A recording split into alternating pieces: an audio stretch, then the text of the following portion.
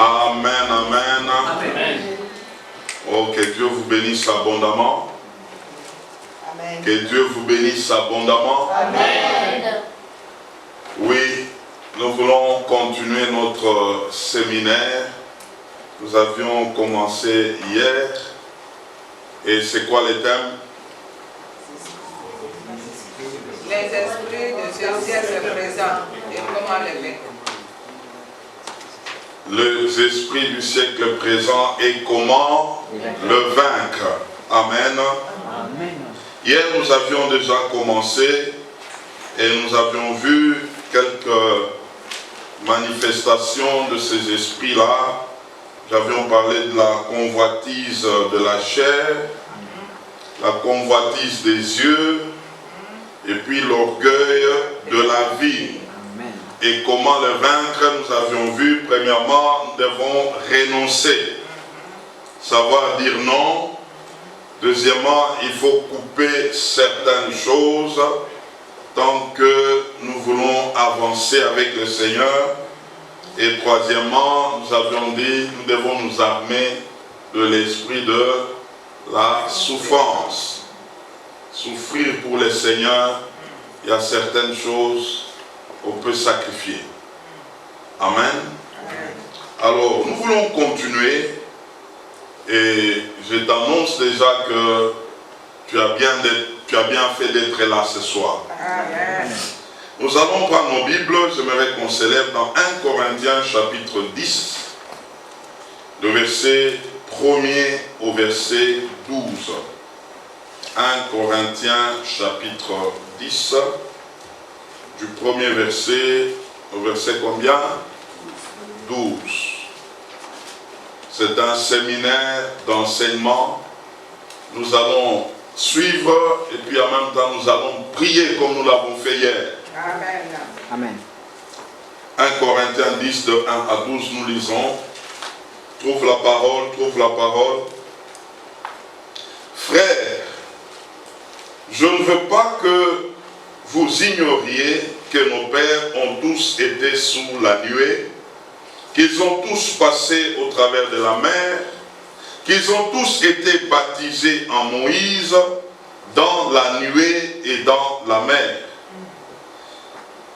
Qu'ils ont tous mangé le même aliment spirituel et qu'ils ont tous bu le même breuvage spirituel, car ils buvaient à un rocher spirituel qui les suivait, et ces rochers étaient Christ. Amen. Mais la plupart d'entre eux ne furent point agréables à Dieu, parce qu'ils périrent dans le désert. Or, ces choses sont arrivées pour nous servir d'exemple, afin que nous n'ayons pas de mauvais désirs comme ils en ont eu. Ne devenez point idolâtres comme quelques-uns d'eux. Selon qu'il est écrit, le peuple s'assit pour manger et pour boire, mais ils se levèrent pour se divertir. Ne nous livrons point à l'impudicité comme quelques-uns d'eux s'y livrèrent, de sorte qu'il en tomba 23 000 en un seul jour. Ne tentons point le Seigneur comme les tentèrent quelques-uns d'eux qui périrent par le serpent. Ne murmurez point comme murmurèrent quelques-uns d'eux qui périrent par l'exterminateur. Ces choses leur sont arrivées pour servir d'exemple. Et elles nous ont été écrites pour notre instruction, à nous qui sommes parvenus à la fin de siècle. Verset 12. Ainsi donc, que celui qui croit être debout prenne garde de tomber. Amen. Amen. On peut reprendre nos places, que Dieu vous bénisse. Et nous voulons ajouter un autre passage. Nous sommes dans 1 Corinthiens 5, versets 6 à 8. 1 Corinthiens 5, versets 6 à 8. Nous lisons. C'est bien à tort que vous vous glorifiez. Ne savez-vous pas qu'un peu de levain fait lever toute la pâte? Faites disparaître les vieux levains, afin que vous vous soyez une pâte nouvelle. Amen. Puisque vous êtes sans levain, car Christ notre Pâque a été immolé. Célébrez donc la Pâque, la fête, non avec du vieux levain, non avec un levain de malice et de méchanceté, mais avec le pain sans levain de la pureté et de la vérité. Amen. Oh, que Dieu te bénisse abondamment. Amen. Vous savez, mes frères, lorsque nous vivons, il y a des choses qui peuvent nous arriver ou que nous pouvons voir arriver chez les uns ou chez les autres, mais si nous les regardons très bien, ces choses-là peuvent nous instruire. Yes. L'apôtre Paul est en train de parler aux Corinthiens, les expliquant des choses qui étaient arrivées autrefois chez le peuple de Dieu qui marchait avec Dieu. Et dans son histoire, il explique comment ce peuple avait marché avec Dieu. Comment ce peuple avait expérimenté la main de Dieu. Quand il fallait quitter l'Égypte, ce peuple marchait. Quand il regardait en haut, pendant le jour, il y avait une nuée. C'est la nuée là qui les conduisait. Quand il regarde la nuée s'arrête, il pouvait s'arrêter. La nuée avance, il pouvait avancer. Quand ils arrivent la nuit, c'était une colonne de feu. C'est ce qui les conduisait. Et tous, vous voyez, ce peuple-là avait expérimenté un miracle concernant la traversée de la mer Rouge. Toute une mer qui s'ouvre en deux. Et représentez-vous là où il y avait plein d'eau, mais les gens sont en train de traverser à sec. Et ceux qui étaient à côté des eaux où les eaux faisaient un mur, ils pouvaient regarder et voir les poissons, les baleines, mais qui ne savaient pas traverser de l'autre côté. Ils les voyaient. Dieu a suspendu l'eau qui ne pouvait pas traverser de ce côté et un marchait au milieu. Quand il finit de traverser, Dieu a remis l'eau. Ah frère, il y a certaines choses, il ne faut pas les entendre comme ça, mais il faut les vivre. Il faut entrer un peu dans la scène. Comment ça se passait? Ils ont vu tout ça. Ils arrivent au désert. Ils voient la manne tomber. Chaque jour, la manne tombait. Quand ils avaient besoin d'eau, il y avait un rocher là-bas. Et ces rochers-là sortaient de l'eau. Déjà, depuis l'Ancien Testament, ces gens ont marché avec le Saint-Esprit et avec Christ. Amen. Parce que la nuée et la flamme de feu symbolisent ou symbolisaient le Saint-Esprit. Et le rocher qui sortait l'eau symbolisait Christ lui-même. Et j'aimerais te dire ce soir que le miracle peut t'aider, mais pas pour toujours.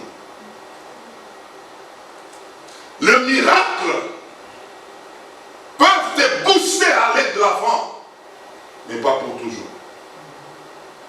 Pour te maintenir en Dieu, tu as besoin de la parole et tu as besoin du Saint-Esprit. Amen. Amen. La Bible déclare, malgré toutes ces choses, tous ces miracles, quelques-uns de ce peuple-là avaient failli. Les choses ne se sont pas passées correctement. Ces personnes-là ne savaient pas se maintenir en Dieu et demeurer en Dieu. Qu'est-ce qui s'est passé au juste? Alors ce soir, j'aimerais que tu me suives bien. Pendant qu'ils sortaient de l'Égypte, eux, les Israélites, ils allaient prendre des biens auprès des Égyptiens. Ils n'avaient pas seulement pris le bien, il y avait aussi des Égyptiens qui les avaient suivis, que la Bible appelle les ramassis. Eux n'étaient pas les Juifs. Eux n'étaient pas dans les programmes. Mais il se fait que quand ils ont vu Israël en train de quitter l'Égypte, ils ont vu comment est-ce que Dieu avait frappé les dieux égyptiens. Il y avait les 10 plaies, il y avait les deuils. Ils se sont dit non, non, en tout cas, nous aussi, nous devons les suivre. Ils les ont suivis. Ils se sont retrouvés au milieu d'eux. Et aussi, avaient vu comment est-ce que Dieu avait séparé la mer. Et aussi avait traversé. Et aussi avait pris, avait mangé la manne. Mais seulement, il n'était pas dans le programme. C'est comme ça que il commençait à parler maintenant au milieu d'Israël là. Oui, mais nous sommes avec vous, mais nous n'allons pas, il ne faut pas qu'on puisse oublier l'Égypte, là où nous sommes sortis. Hier, pour ceux qui étaient là, nous avons vu qu'un peu de levain peut faire lever la pâte. Juste un peu. Ils étaient là, ils n'étaient pas tellement nombreux, plus que les Juifs, non. Ils étaient à une portion. Mais ces gens ont réussi à influencer beaucoup de gens du peuple de Dieu, du peuple d'Israël. Les petits nombres là, que la Bible parle de ramassis.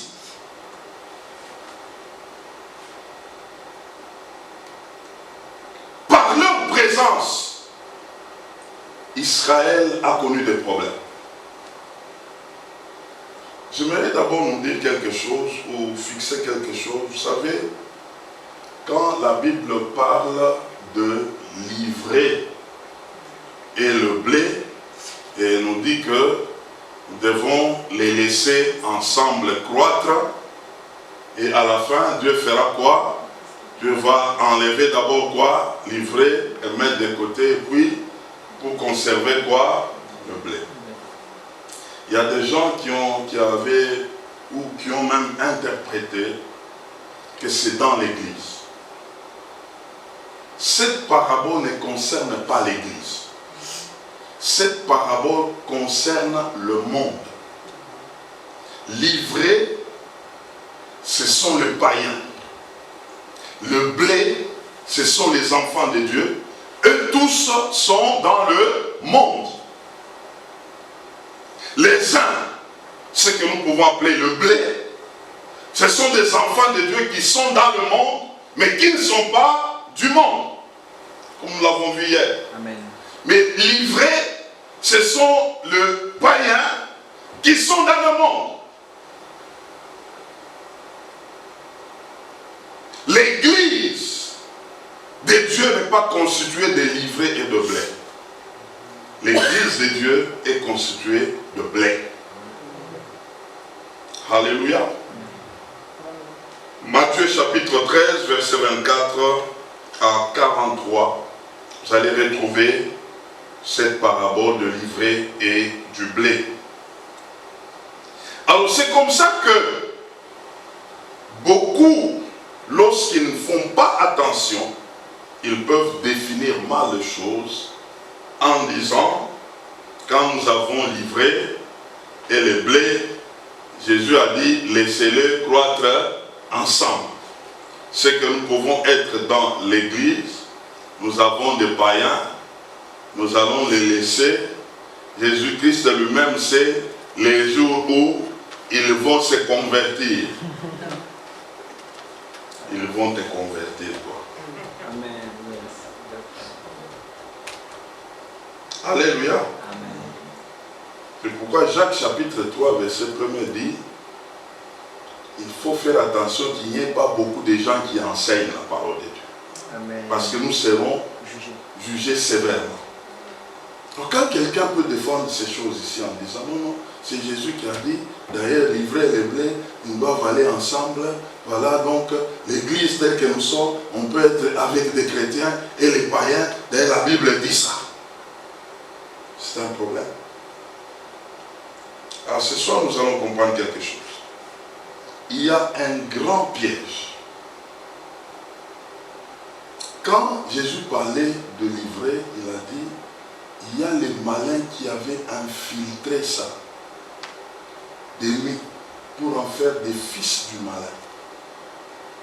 Et les ramassis étaient des malins qui se sont infiltrés pendant qu'Israël avait tout un programme avec les seigneurs.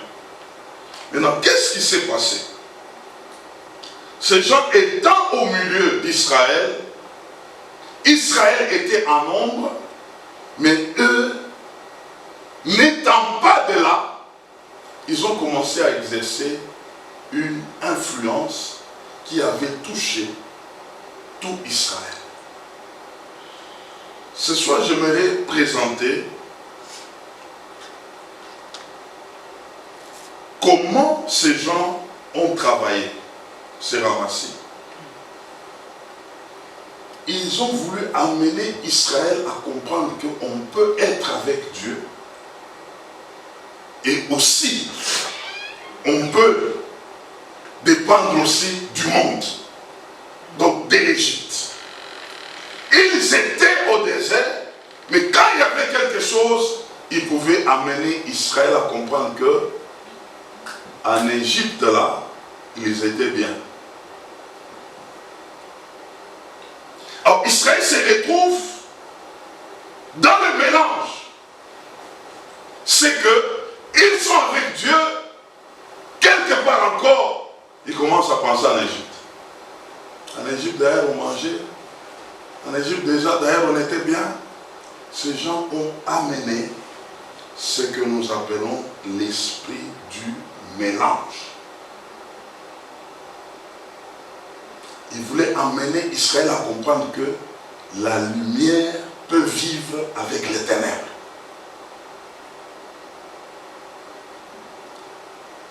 Alléluia. Amen. Tel que nous sommes ici, nous sommes dans la lumière, n'est-ce pas? Si nous voulons voir les ténèbres, qu'est-ce qu'il faut faire? Il faut éteindre la lumière. Mais est-ce que les deux peuvent être ensemble? Non. C'est la gymnastique que l'ennemi veut amener. Que la lumière vive ensemble avec le ténèbre. J'aimerais te dire ce soir, là où il y a la lumière et le ténèbre, l'un d'eux doit céder à l'autre. Amen, amen. Alors que le Seigneur nous aide. Amen. Amen. Nous aimons les païens, mais pas pour qu'ils restent païens avec nous. Amen. Nous les aimons dans le but de les sortir de là où ils sont pour qu'ils deviennent lumière. Amen. Mais lorsque tu commences à vivre avec un païen, il ne change pas. Fais attention. Il se peut que c'est toi qu'on est en train de changer. Ouais, ouais. Tu fais longtemps avec un païen qui ne change pas, qui n'est pas transformé, mais vous parlez bien. Vous vivez correctement. Vous vous parlez. Vous avez des rendez-vous. Vous avez des programmes. Il se peut que quelque part, tu as cédé quelque chose.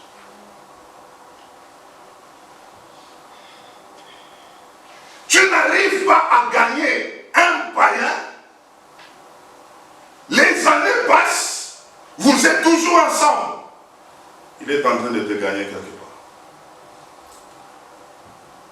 C'est j'espère que tu es en train de basculer quelque part sans le savoir. Parce que même quand vous devez vous parlez sur quelle base? Qu'est-ce qui va vous unir? Ce peuple ont amené Israël dans une gymnastique compliquée.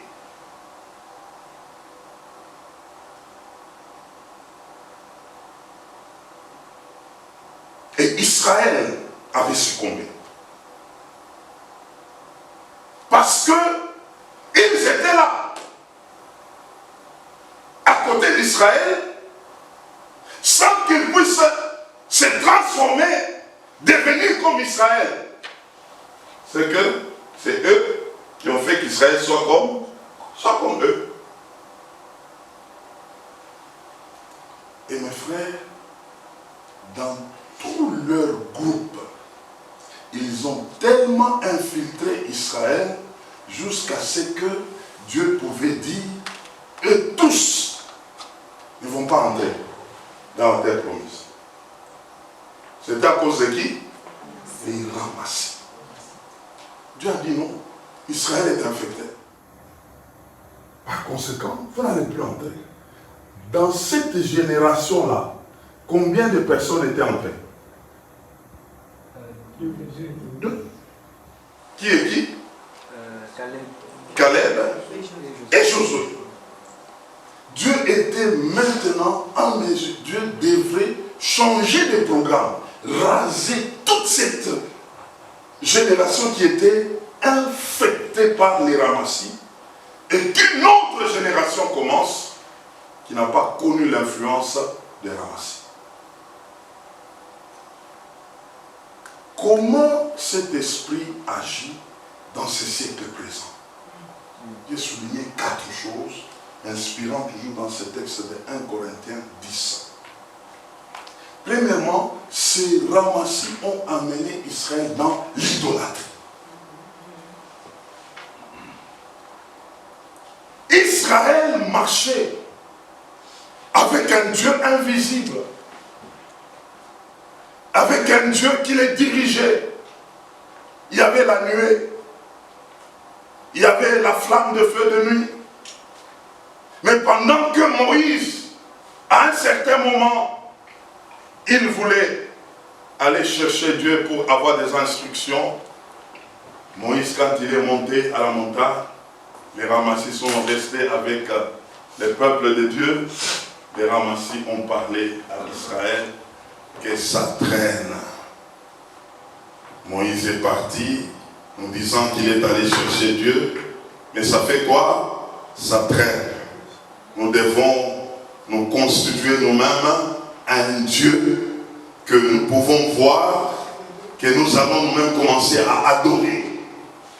Ils ont influencé Aaron, qui était le serviteur de Dieu. Aaron a succombé, se sont retrouvés avec un veau d'or. Cette pratique, c'était une pratique de l'Égypte. Yes. Les ramassis vivaient avec des dieux visibles. Ils ont impacté Israël. Israël s'est retrouvé avec un veau d'or et Israël a commencé à adorer.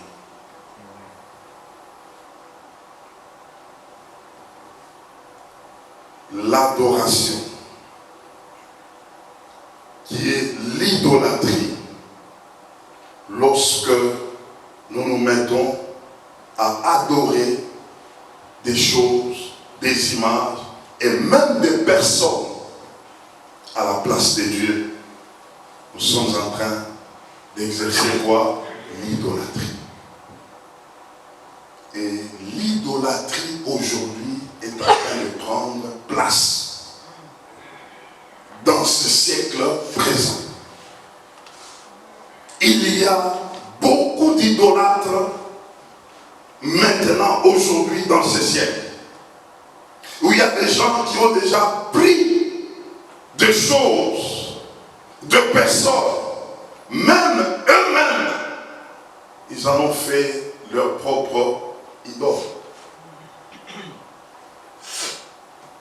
Quand tu commences à aimer quelque chose et tu n'arrives plus à t'en passer de la chose peut devenir ton idole.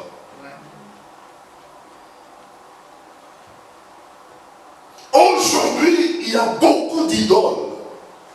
Il y a des stars qui sont devenues des idoles. Il y a des modes qui sont devenus des idoles. Quelqu'un ne peut plus s'en passer. Quand il ne voit pas ça, il devient malade. Il doit chercher à tout prix.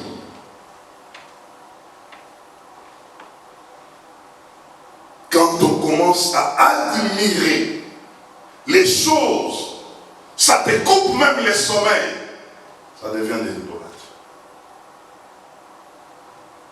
Israël était tombé dans ce piège de l'idolâtrie. À cause de qui? Les Ramassiens. Ils ont apporté cette pratique. Et le monde aujourd'hui, les siècles présents, amènent beaucoup de gens dans l'idolâtrie. Il y a des choses qui commencent à prendre la place de Dieu. Ça devient de l'idolâtrie. On ne sait pas s'en passer.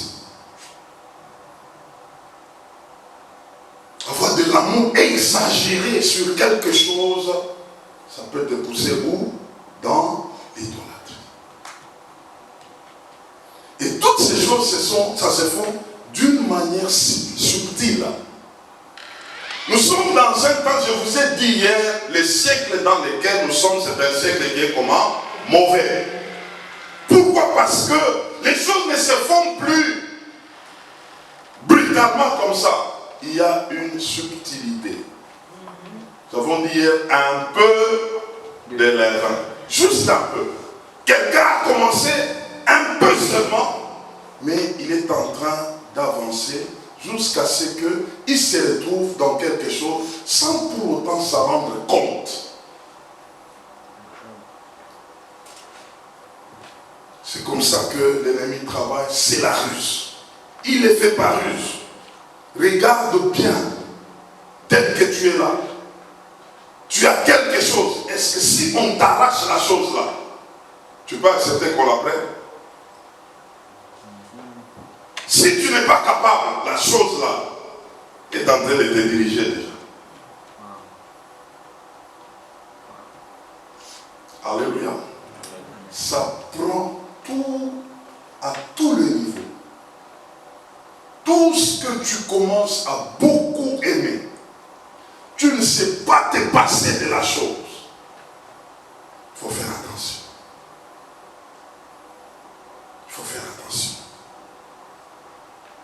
Et ici on nous dit, dans cette idolâtrie, ils ont amené le peuple de Dieu, non seulement à adorer les veaux d'or, mais le peuple se sont même assis pour manger et pour boire, et après, ils se sont lancés dans des divertissements.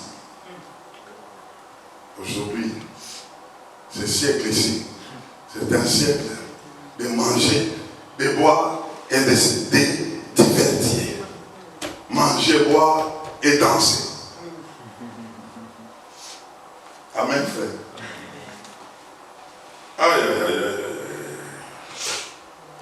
Ce siècle, il est terrible. Il est terrible. Quelqu'un peut vivre pour manger. Quelqu'un peut vivre pour boire. Et quelqu'un peut vivre pour danser. Et ça devient quoi? De l'idolâtrie. Nous sommes ces jours-là. Il y a des gens, ils peuvent se retrouver. Samedi, un pasteur, il est quelque part dans une boîte de nuit. Puis dimanche, il est où? À l'église. Il a mangé, il a bu, il a dansé. Et puis quand il vient dimanche, là, il fait quoi aussi? Il danse. Alléluia. Et puis il fallait le voir dans la boîte de nuit là, même dans la fête. c'est une autre personne là-bas. Et il vient dans l'église, une autre personne. Il y a les habits des soirées, il y a les habits de l'église. Siècle présent, c'est un problème. Mes frères, si on ne fait pas attention à ces choses, on peut se retrouver infiltré. Et on commence à faire des prières de repentance. Infini. L'idolâtrie là avait amené un autre esprit. C'était quoi? L'impudicité. Vous savez, qu'on sait le faire ailleurs, un peu de levain fait lever la pâte. La Bible dit donc, pendant qu'il s'est trémoussé là, il y a combien qui sont tombés là-bas? 23 000 dans un seul jour. Frère, même toi, est-ce que tu peux comprendre ça? Tout est parti par qui? Les ramassis. Ils ont installé la liberté sexuelle. Ce n'est pas ce qu'on vit aujourd'hui.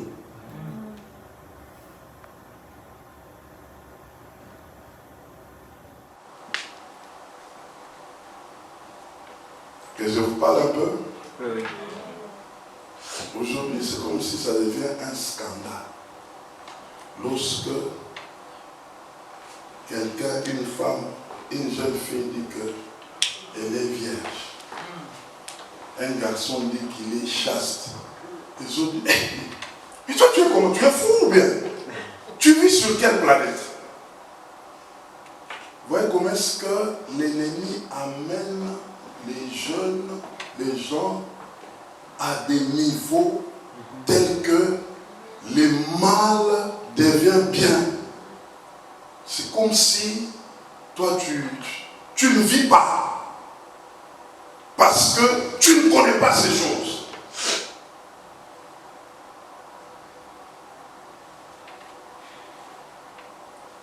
Vous savez, un mal, c'est toujours un mal. Amen. Il faut que tu les regardes comme étant un mal pour que tu fasses quoi? Le bien. Mais tant que tu commences à dire que non, c'est pas grave. D'ailleurs, tout le monde les fait. C'est déjà un piège. C'est là que on veut amener la génération d'aujourd'hui. Où ce n'est pas un problème. D'ailleurs, tout le monde les fait. Ça a toujours été comme ça. Un grand piège.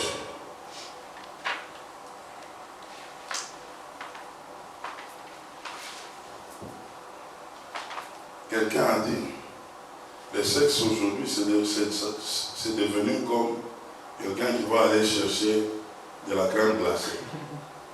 Il le voit, il se sert et puis il passe. L'autre peut passer aussi, se servir, il passe.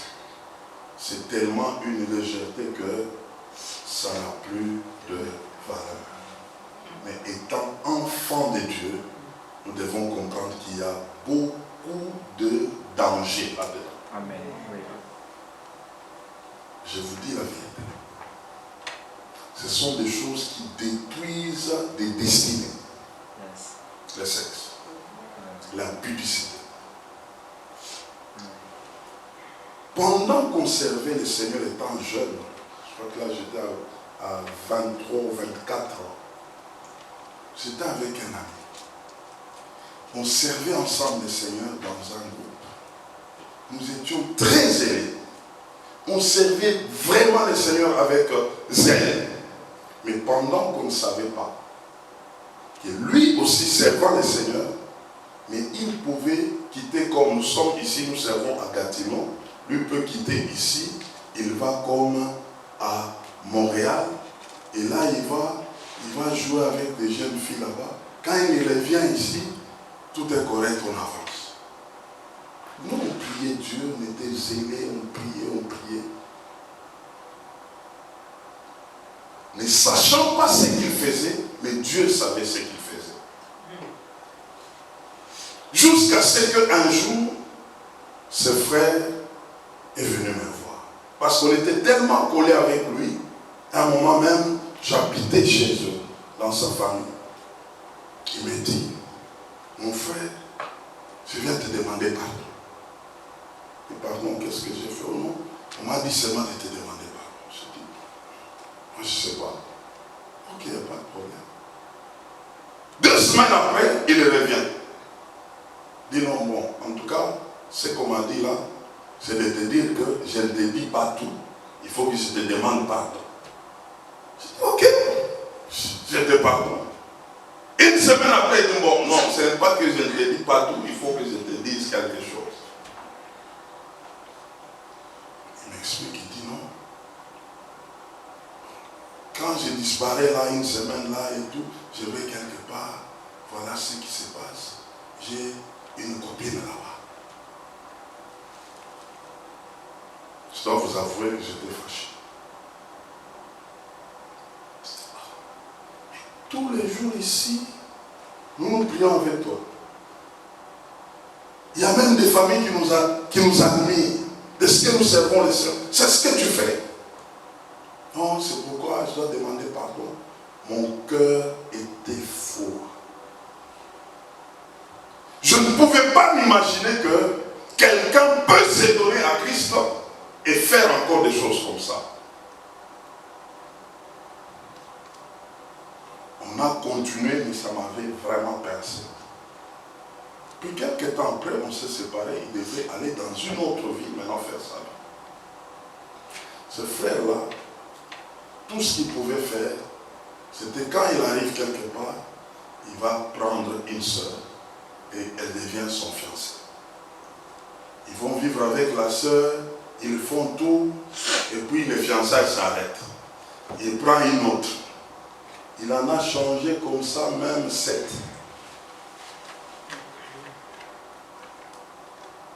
Après, il devrait se marier. Il a trouvé une femme. Et cette femme-là était devenue une carie pour lui. C'est comme si c'était une femme qu'on avait préparée pour qu'elle fasse payer les frères de tout ce qu'il avait connu comme dégâts.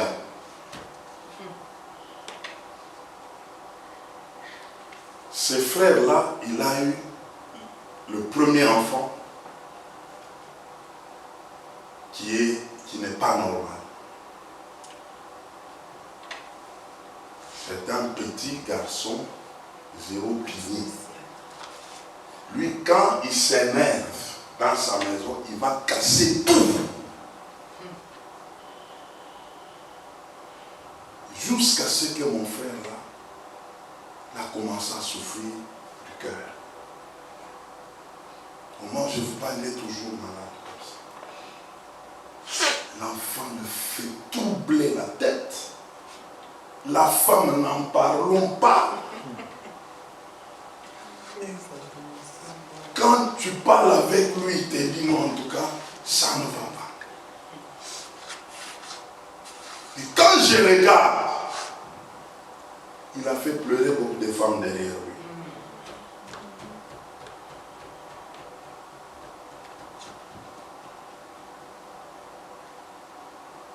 lui. Et c'est comme ça, il est en ça. Mes frères, il y a des choses qu'il faut éviter. Il faut éviter. Ne regardez pas les siècles présents. Tu as tout un avenir.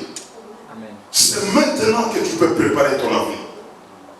Ce n'est pas des choses que tu peux te dire non, non, c'est passé, non, je peux m'en passer. Il y a des choses qui peuvent te rattraper en mal. C'est maintenant que tu peux préparer ton avenir. Il m'a toujours donné une leçon. C'est un ami, on a dormi ensemble, on a marché ensemble. Quand je le vois, je dis non, non. Dans la vie, il ne faut pas jouer. Dire que non, je suis encore jeune. Non, ça va passer. Et puis, quand je serai prêt, je vais me marier, je vais trouver une bonne femme, mais pendant qu'il y a des femmes qui ont pleuré derrière moi. Ce n'est pas seulement l'homme, il y a aussi les femmes qui peuvent faire pleurer les hommes. Alléluia. Amen. Hier, on a vu un passage dans Matthieu, chapitre 5, verset 28. Et la Bible déclare, celui qui regarde une femme pour la convoiter, il a déjà commis quoi? L'adultère avec elle. Et le Saint-Esprit, la nuit ou aujourd'hui, il m'a conduit autrement. Il m'a dit, tu vois ce passage-là. Quand quelqu'un regarde la femme, là c'est qui? C'est l'homme, n'est-ce pas? Il a déjà commis quoi? L'adultère s'il convoite. Mais maintenant il me dit ceci. S'il y a une femme qui fait que l'homme puisse les regarder pour la convoiter, elle aussi est dedans.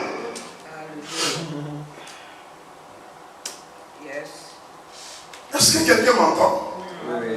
Et ça m'a amené à comprendre les choses autrement encore. Là, c'est seulement aujourd'hui. Je n'ai jamais compris ce passage comme ça. Alors, qu'est-ce qui se passe? Il y a des femmes, il y a des jeunes filles qui amènent les hommes dans l'adultère. Par leur manière de se préparer, de se présenter. Quand l'homme te regarde, il fait quoi? Il te convoite. Et quand il te convoite là, il commet quoi? L'adultère. Et la Bible dit, il commet l'adultère avec qui? Avec toi. Aïe, aïe, aïe, aïe, aïe, aïe, aïe, aïe. J'ai commencé maintenant à regarder les dégâts que ça fait dans ce monde d'aujourd'hui. Une femme qui sort pour faire tomber les jeunes en adultère tous les jours. C'est pourquoi le jugement de Dieu sera terrible. Je vous dis la vérité. Je vous dis la vérité. Quand tu dois sortir, regarde-toi. Est-ce que je suis une occasion de chute, oui ou non? Parce que si quelqu'un me regarde pour me convoiter, il va faire quoi? Il va faire l'adultère. Vous savez, quand quelqu'un commence à comprendre de telles choses, il commence à grandir spirituellement. Amen. Parce qu'il commence à se regarder qu'il ne vit plus pour lui-même, il vit aussi pour les autres. Yes. Il y a des gens qui sont tellement libres. Et ce monde, ce siècle présent, c'est un siècle de gens qui sont libres. Il peut tout faire. Il peut se présenter comme il veut. Comme je vous ai dit, aller dans des fêtes de mariage. Moi, je me suis dit, même les mariés, elle est dans sa robe de mariée. Cette robe blanche-là, quand tu la regardes, tous les dos nus, quand tu regardes la poitrine, quand tu te dis, est-ce que l'annonce ici, elle va faire avec tout le monde ou bien toujours avec son mari seulement?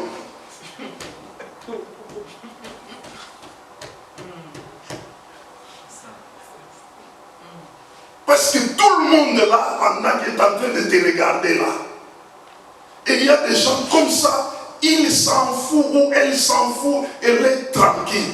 Elle peut même te saluer la venue en train de te regarder. Mais toi là, tes yeux là sont déjà en haut là. Mais elle t'affronte comme ça. Nous sommes dans un siècle bizarre. C'est très bizarre. Et soyez dans la joie lorsque vous entendez quelqu'un vous parler comme ça. Amen. Amen. Dis à ton voisin, il ne faut pas haïr le pasteur. C'est parce que je t'aime, c'est pourquoi je ne te parle des choses comme ça. Le monde est devenu terrible. Terrible. Les gens ne se regardent plus. Lui, son problème, il peut entrer dans un magasin. Tu regardes, tu te dis, mais Là, tu vas chercher quoi là-dedans? Oh non, non, en tout cas, moi je trouve que non, il veut chercher ici des habits. Mais tu regardes les habits dans ces magasins-là. Tu dis, mais Seigneur, où est-ce que ça va amener ces habits-là? Et puis là, il tourne. Ça va?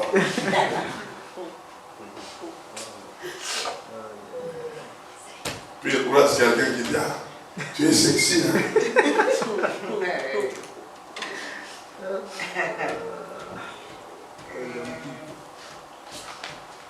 Vous savez, quand on parle de l'impudicité ou la fornication, ce n'est pas seulement un acte. Yes. Il y a aussi des comportements impudiques. Yes. Il y a aussi des rencontres des impudiques. Ils sont dans un système tel que quand vous les regardez, tel voit l'autre. Il voit tout, l'autre il voit tout. Mais c'est une atmosphère qui est déjà impudique. Yes. Et chose grave, ces choses commencent à s'infiltrer dans l'église. C'est déjà entré dans plusieurs. On n'en parle pas. Tous ceux qui tombent, ce n'est pas parce qu'ils ont voulu des femmes. Il y a d'autres qu'on a fait tomber. Je vous dis la vérité. Je vous dis la vérité. Le monde est devenu compliqué. Le monde est devenu méchant. Il y a des ramassis qui n'ont rien à voir avec les choses de Dieu, mais qui sont dedans. Alors nous allons voir ce soir comment les traiter. Yes. Israël s'est retrouvé dans un comportement bizarre. Maintenant, regardez avec ce que nous venons de dire là. Quand tu regardes une femme comme ça qui te fait tomber en comportement là. Maintenant, va sur les réseaux sociaux. Commence à tourner sur les TikTok là. Tu vas terminer en journée. Tu es déjà tombé combien de fois en journée?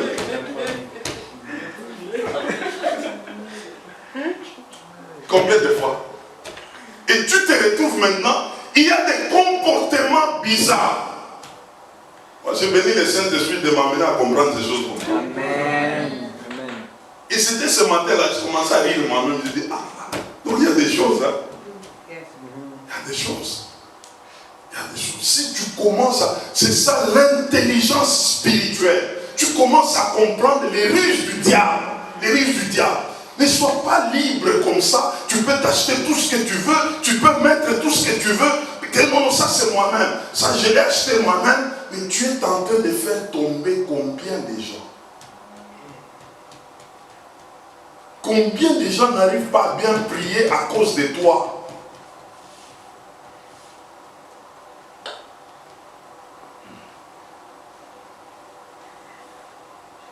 Sais-tu que ton corps, c'est tout un temple?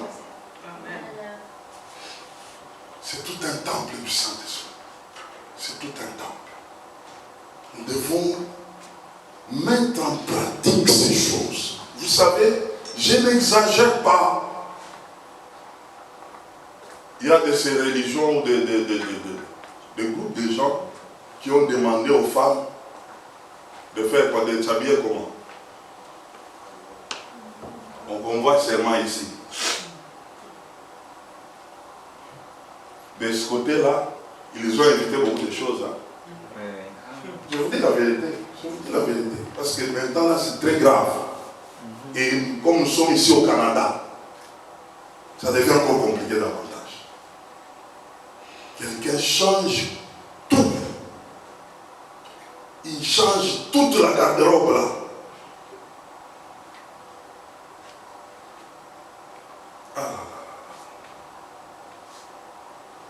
Est-ce que Saint-Sœur peut se révolutionner? Amen. Amen.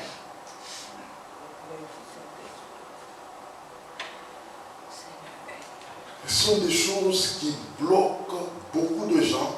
Et maintenant, tu peux te retrouver comme ça. Tu es en train de t'attirer un aventurier.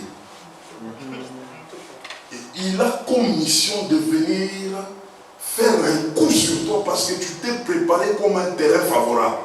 Tu as communiqué un message. Parce que tout habillement, toute présentation a toujours un message. A toujours un message. Israël, on l'a mis par terre par un petit groupe qu'on appelle quoi? Les ramassis. Les ramassis, ils ont ravagé. Troisièmement, comment ils travaillent? Ils poussent le peuple de Dieu à tenter Dieu. Vous voyez, quelqu'un qui se retrouve, on a déjà désorienté, et puis on lui dit non, regarde la liste des choses, demande à Dieu que Dieu fasse pour toi. On va voir si Dieu va agir. Et quelqu'un se retrouve là, c'est comme le diable. Le diable, il arrive, il se présente devant Jésus, il dit, bon, toi tu es fils de Dieu, alors monte avec moi ici, jette-toi par terre, je veux voir si on va te porter par les anges. Bon, si on ne porte pas les anges, tu vas te convertir ou pas? Qu'est-ce qui va changer? Jésus a dit, tu ne peux pas tenter le Seigneur ton Dieu. L'ennemi a amené des gens, ils se sont égarés de la voie de Dieu, et puis les poussent commencent à demander des choses à Dieu. On verra si Dieu va répondre. Et quand Dieu ne répond pas, et la personne se fâche.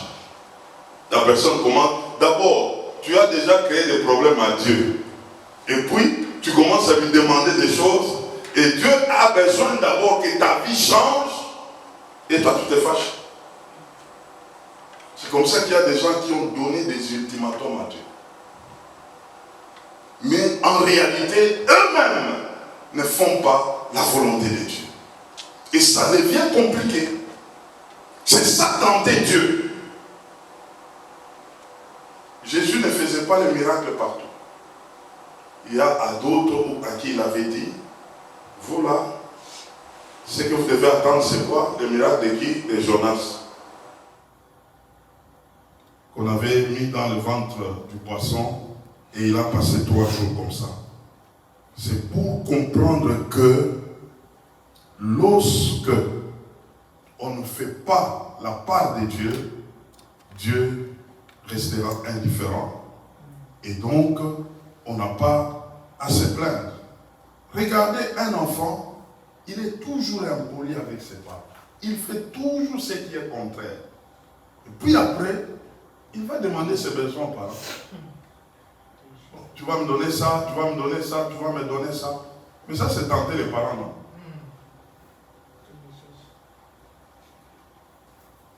Il y a d'autres même, il ne va pas te répondre, il va même te gifler. Et c'est comme ça que ça se passe avec Dieu. Tenter Dieu, arriver à ne pas observer ce que Dieu fait. Mais en réalité, c'est sous l'influence de qui? Des ramassis. Je veux qu'on comprenne ça. Il y a certaines choses qu'on se retrouve en train de le faire parce qu'il y avait une influence quelque part. Tu as vu quelqu'un, tu as vécu avec quelqu'un, tu as marché avec quelqu'un, quelqu'un t'a entraîné d'une manière subtile dans quelque chose. Si c'était de toi-même, tu n'allais pas le faire. Tu n'allais pas le faire. Et c'est comme ça que tu peux regarder aujourd'hui quelqu'un. Quand tu regardes la personne, s'il n'y avait pas de ramassis, c'était une personne bien gentille, bien. Mais tu le retrouves, il est calme. Et dans son attitude là, étant calme, il fait des choses qui n'ont rien à voir avec son attitude. Un ramassé est passé par là. Il est passé par là. Et quatrièmement, enfin, ce sont des esprits qui poussent les enfants de Dieu au murmure. Quelqu'un qui murmure contre Dieu, il manque de reconnaissance. On l'amène à oublier tout ce que Dieu peut faire ou ce que Dieu avait déjà fait pour lui. On l'amène à regarder qu'à ce que Dieu n'a pas encore fait, entre guillemets. Ça pousse les gens au murmure. Les murmures s'élèvent quand tu es insatisfait de quelque chose, pendant que quand tu regardes bien, Dieu a déjà fait beaucoup de choses pour toi. On t'enlève seulement les yeux sur ce que Dieu a fait et on met tes yeux sur ce que Dieu n'a pas encore fait pour toi. Mais en réalité, ce que Dieu a déjà fait peut te booster à croire que Dieu est fidèle, il fera encore. Yes. Et dans cette attitude, on peut t'amener à croire que non, Dieu n'a pas encore fait. C'est comme ça que les ramassis ont donné un langage au milieu d'Israël. En Égypte, on mangeait les poissons, les concombres. Oh, c'était bien. Vous allez voir quelqu'un, il commence à vivre au passé. J'aimerais te dire, mon frère, souligne ça. Apprécier le passé sans Dieu, c'est une injure devant Dieu.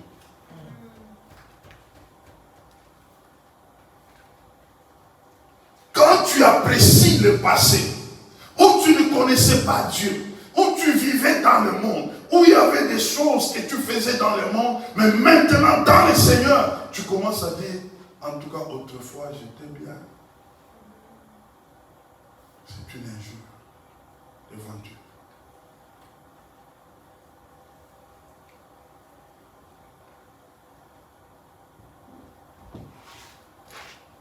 Quand quelqu'un commence à te montrer les photos du passé,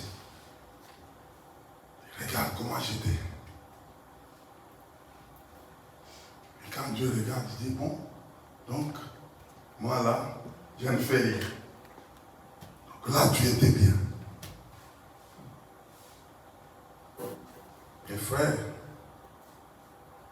tout ce qui est passé sans Dieu n'avait pas de valeur. C'est Dieu qui est en train de façonner ta vie. Si tu peux le comprendre et lui rendre des actions de grâce.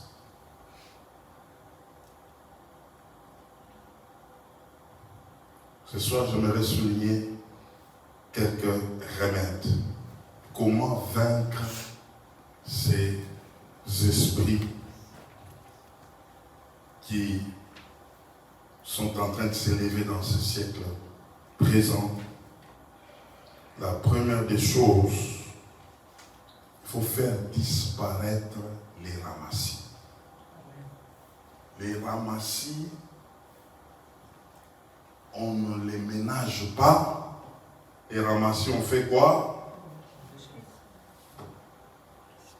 Il faut les enlever.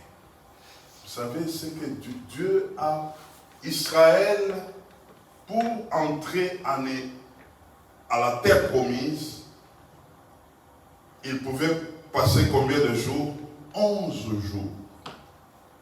Donc quitter l'Égypte là, traverser, passer par le désert, arriver dans la terre promise, il pouvait faire combien de jours?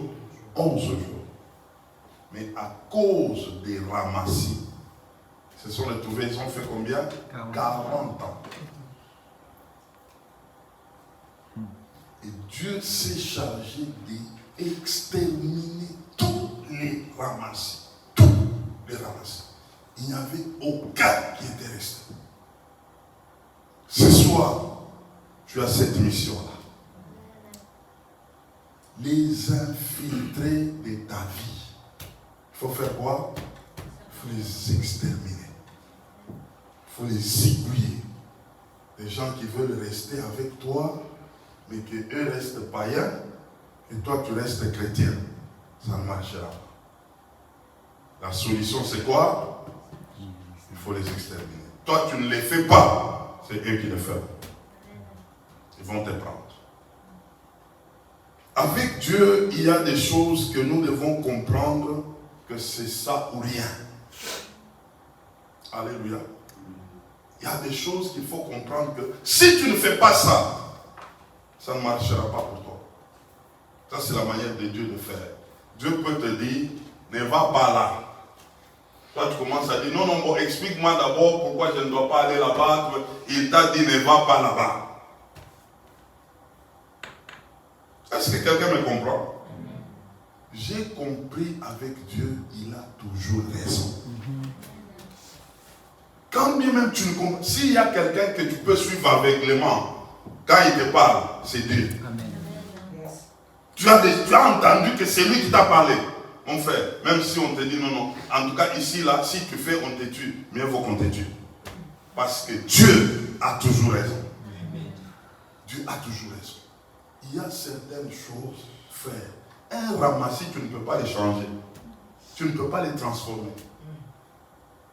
Tu restes avec lui, tu auras des symptômes de ramassis. Et tu peux te retrouver, tout a déjà changé et tu ne réalises même pas comment tu as changé. Il y a des gens comme ça. Quand toi tu lui parles de Dieu là, lui il est en train de penser comment t'amener chez lui. Mais il ne te dit pas. En même temps, il t'a donné quand même les oreilles. Deuxièmement, en ce qui concerne l'impudicité, il faut résister. Amen? Non, il ne faut pas résister. Il faut fuir. L'impudicité, on ne résiste pas, frère. Il faut fuir. Alors vous avez échoué là. 1 Corinthiens chapitre 6, verset 18 à 20. Ça là, ça ne demande pas des Rambo. Il faut prendre fuite. 1 Corinthiens 6, 18 à 20.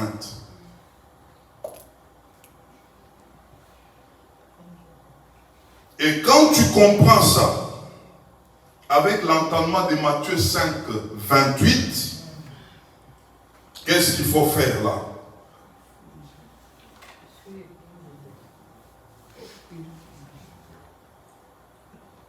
Je dis 1 Corinthiens 6, 18 à 20. Vous savez pourquoi beaucoup de choses nous atteignent?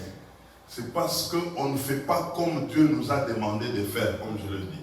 Quand Dieu te dit fuis, il faut faire quoi? Il faut fuir. Yes.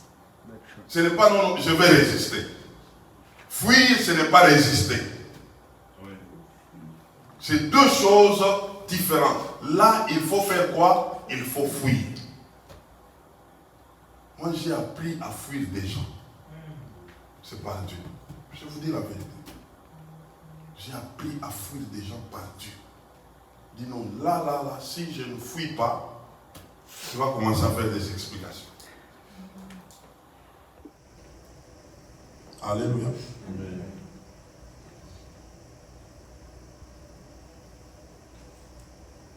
Et troisièmement, nous devons installer le vrai culte en nous. Le vrai culte. Nous prenons Romains chapitre 12, de 1 à 2. Romains chapitre 12. Combien? 1 à 2. C'est quoi le vrai culte? Et nous devons installer. Écoutez ça. Je vous exhorte donc, frères, par les compassions de Dieu, à offrir vos corps comme un sacrifice vivant, saint, agréable à Dieu, ce qui sera de votre part un culte raisonnable. Amen. Verset 2. Ne vous conformez pas au siècle présent, mais soyez transformés par les renouvellements de l'intelligence, afin que vous discerniez quelle est la volonté de Dieu, ce qui est bon, agréable et parfait. Si quelqu'un peut commencer par faire disparaître les ramassis, fuir toute forme d'impudicité. Vous savez, dans la fuite ici d'impudicité, ce n'est pas seulement regarder quelqu'un fuir. Tu peux même fuir tes habits. Amen. Yes. Est-ce que quelqu'un me comprend là? Parce qu'avec Matthieu 5, 28, tu es en train de faire tomber les gens et toi-même tu es en train de tomber. Fuir, il faut fuir ça. C'est que quelqu'un qui comprend ça, il peut entrer dans sa garde-robe pour la convertir. Yes. Amen. Jusque-là, il n'y a que toi qui sais convertir, mais ta garde-robe n'est pas encore convertie. Amen. Ta garde-robe n'est pas encore convertie. Tu as toujours des choses là qui te portent depuis l'Égypte. Quand ça prend là, ça monte là, on te regarde là, on dit non, en tout cas, c'est quoi? Tu as dit à ton voisin, il faut que ta garde-robe se convertisse.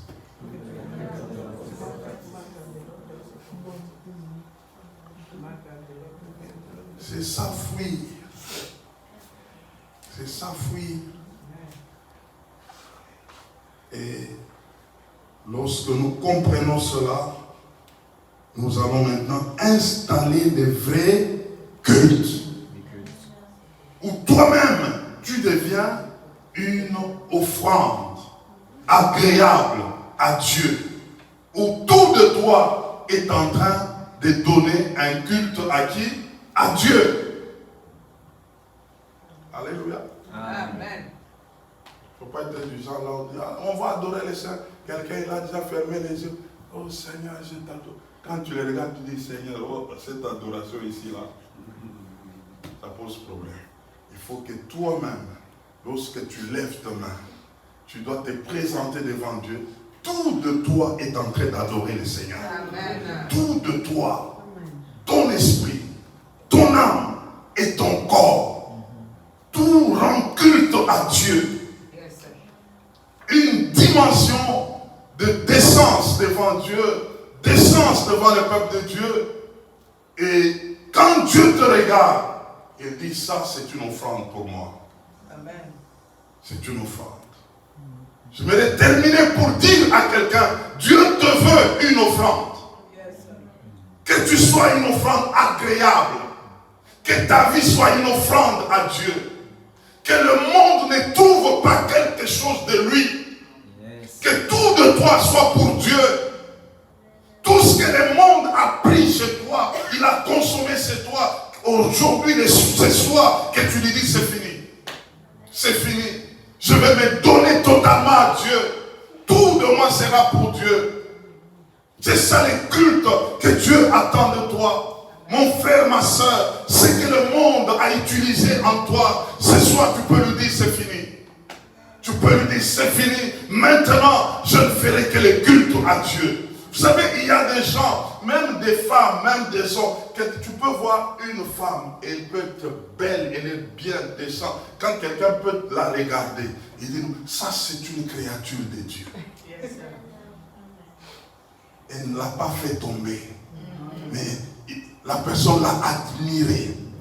Parce qu'il y a, tu peux regarder quelqu'un pour l'admirer et une autre, c'est pour la convoiter. Mais si tu deviens un instrument de Dieu pour que le peuple, le monde admire la créature de Dieu, ah, tu as fait quelque chose. Amen. C'est comme ça que je disais, ça c'était au pays. Quelqu'un un jour, il me croise, il est en train de vendre les cassettes là, les cassettes des musiciens. Il m'a tendu le CD, il m'a tendu un CD d'un musicien païen. Vieux, est-ce que tu vas acheter ça? Ah, je l'ai grondé. Et puis je suis rentré chez moi, je me dis, mais c'est comment il m'a confondu là, il me dit qu'il vient me tendre ça, non. Je dois prier pour savoir que non, il faut que tu me présentes des choses. Comment on peut me...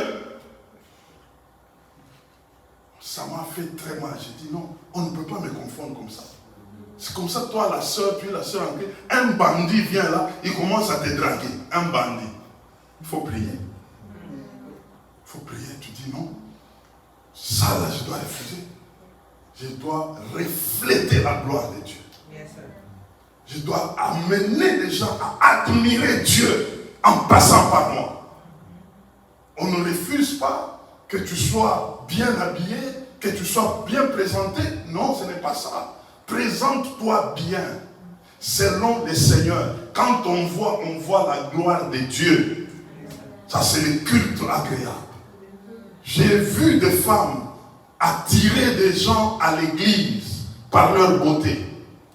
Quelqu'un dit non, non, en tout cas, ça c'est une belle créature. En tout cas, vous savez, même des païens, il y a des païens, pasteur, il est païen, mais il se dit, en tout cas, moi, vraiment, je suis païen, mais je vais marier une fille chrétienne de l'église. Mais lui, païen. Qu'est-ce qu'il se dit? Il dit non, non, parce qu'elle doit être bien, elle a de la valeur. Et tu peux te présenter comme ça, et la personne vient, tu l'amènes d'abord à Christ. Et puis quand elle viendra à Christ là, elle va oublier ce dossier-là. Pour se donner d'abord à Christ. Et Dieu est capable de le faire. Il t'a donné tous les atouts pour que tu présentes sa gloire. Quand on te voit, qu'on voit la gloire de Dieu. Oh, gloire au Seigneur. Est-ce que quelqu'un peut s'élever ce soir? Quelqu'un peut s'élever ce soir et dire, je veux faire disparaître les ramassis. Ce soir, que les ramassis puissent disparaître. Nous lèvons tous ensemble. Nous lèvons tous ensemble.